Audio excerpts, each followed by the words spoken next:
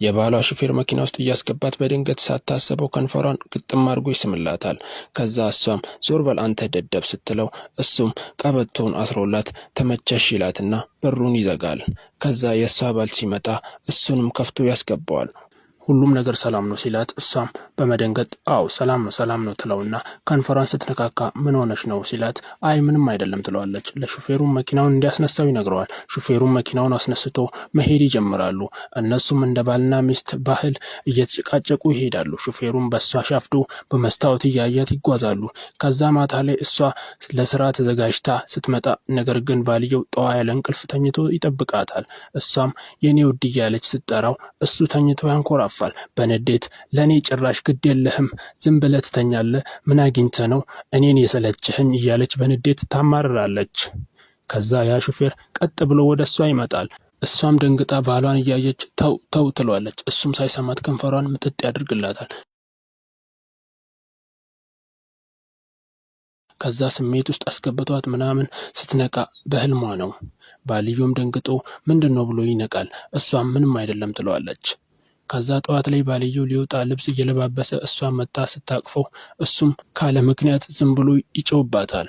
ለሷ ያለው ፍቅር ስለቀዘቀዘ ይቆጣታል ዝም ብሎ። እሷም ተናዳ ትወጣለች። ከዛ ሹፌሩ ውጭ ቆሞ እየጠበቃቸው ነበር። እሷም ትመጣና የሆነ ቦታ እንዲያደርሳት ትነግረዋለች። ነገር ግን እሱ ገና አውርታ ሳትጨርስ ከንፈሯን ምጭጭ ያደርግላታል።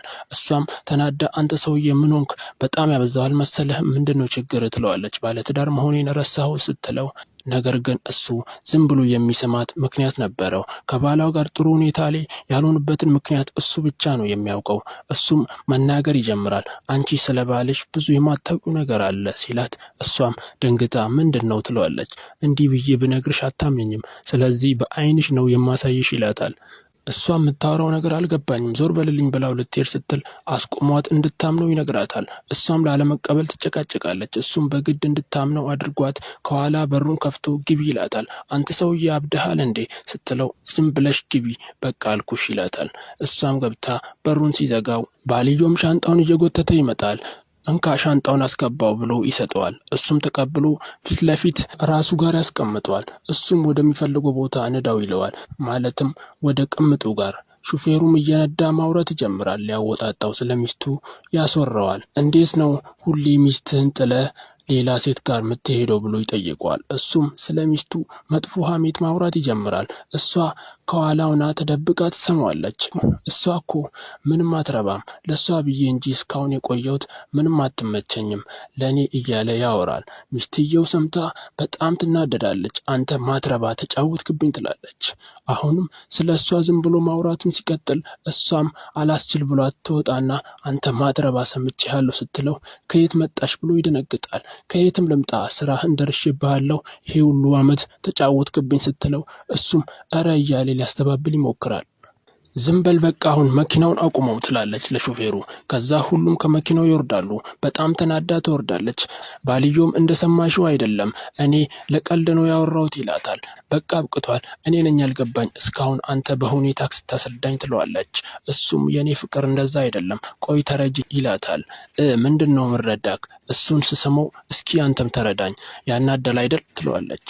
ምን ሆንሽ ይሄን ተራ ሹፌር ሳምሽው እኮ ይላታል። አው ምን ይጠበስ ልድገምልክ እንዴ አንተም ስራህን ሰርተሃል እኔም እንደፈለኩ በሆን አያገባም ከዚህ በኋላ በቃ ወደ ቅምጥ መንገድን ቀጥል አብቅቷል ሻንጣውን እየጎተተ ምትለምኝኝ ቀን ይመጣል ብሏት ይሄዳል። በቃ ይሄ ነው ፍቅር ማለት እያለች ስታወራ ሹፌሩ ሊያረጋጋት ሲሞክር አንተ ደግሞ እስኪ ራስ ተረጋጋ አትንካኝ ሁላችሁም አንድ ናችሁ ስትጀምሩ ትንገበገባላችሁ ከዛ ትማግጣላችሁ። እሱም ቆይ እንደዛ አይደለም ተረጋጊ እኔ ከዚህ ሰው ላተርፍሽ ብቻ ነው የሞከርኩት እያላት ያረጋጋታል። አንቺ በጣም ቆንጆ ነሽ እሱ ቢሄድም ሁሉም ወንድ ተንገብግቦ ይቀበሉሻል እያለ ያረጋጋታል። ከዛም እየሳማት በዚሁ ፊልሙ ያበቃል። ከዚህ ፊልም የተረዳችሁትን ነገር ኮሜንት ላይ ጻፉ። ለቀጣይም ሌላ አጭር ፊልም እንዲደርሳችሁ ፎሎ አድርጉ። ቻው።